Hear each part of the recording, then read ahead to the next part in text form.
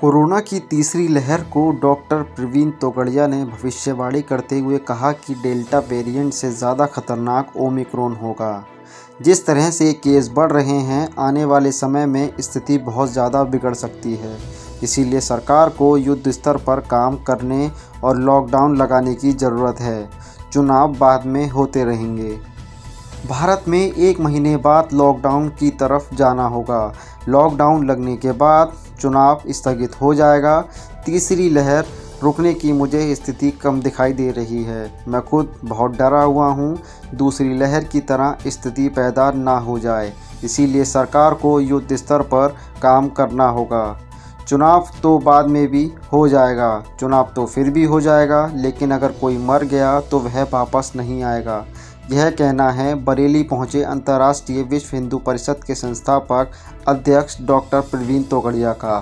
चुनाव आयोग तय करेगा, पर डॉक्टर के नाते मेरा जजमेंट है चुनाव मोटे तौर पर स्थगित हो जाएगा। मैं एब्सोल्युटली यह संक्रमित रोग कैसे फैलेंगे, उनका एक साइंस है, उसका नाम है एपिडेमियोलॉजी। यह हमारा सब्जेक्ट है, जो सब्जेक्ट में पढ़ा हूँ।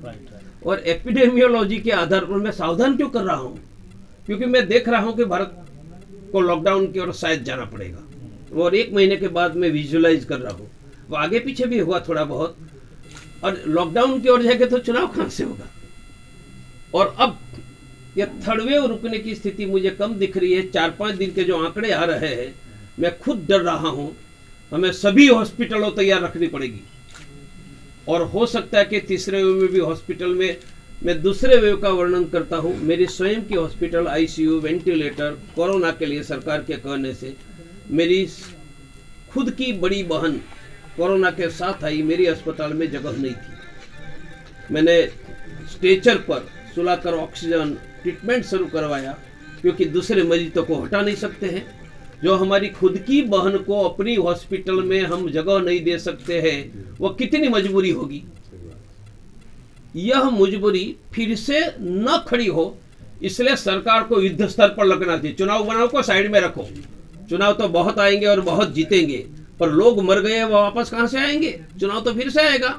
इसलिए सभी को युद्ध स्तर पर, सरकार को और समाज को कोरोना के संभवित तीसरे वेव के लिए तैयारी करनी चाहिए, और हमारे ज्यादा से ज्यादा लोगों को बचाने का हमारा संकल्प। चुनाव आज नहीं तो कल आएगा, कल जीतेंगे, पर कोई मर गया वो हमारा, और मर गया वो किसी का भाई, किसी का बेटा, माँ बाप पे कहां से वापस आएगा। ओमिक्रॉन है वो जल्दी फैल रहा है, उनके कारण मृत्यु कम हो रहा है। ये डेल्मिक्रॉन आ रहा है, उनका जल्दी फैलना और मृत्यु की दोनों की मात्रा बढ़ेगी, ऐसा छुटपुट ऑब्जर्वेशन आ रहा है। और जल्दी फैलेंगे और ज्यादा मरेंगे। और भारत के भी हमारे नीति आयोग ने कहा कि यूरोप का रेट देखते हुए हर रोज 15 लाख मरीज होंगे।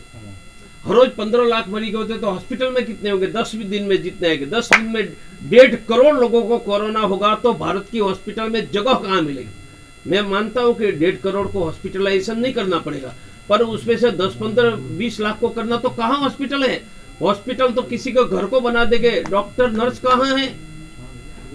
बहुत बड़े गंभीर खतरे की ओर। और 1 सप्ताह में 1.5 करोड़ कोरोना के मरीज होते हैं। हमारी भारत की नर्सिस, भारत की सिस्टम आज भी इतने लोगों को ट्रीटमेंट, जो मेरी बहन का दृश्य मैंने कहा, वो स्थिति है। अब हमारी बहन होगी तो जमीन पर छुलाकर भी ऑक्सीजन देंगे, पेशेंट को कैसे जमीन पर सुलाएंगे हम?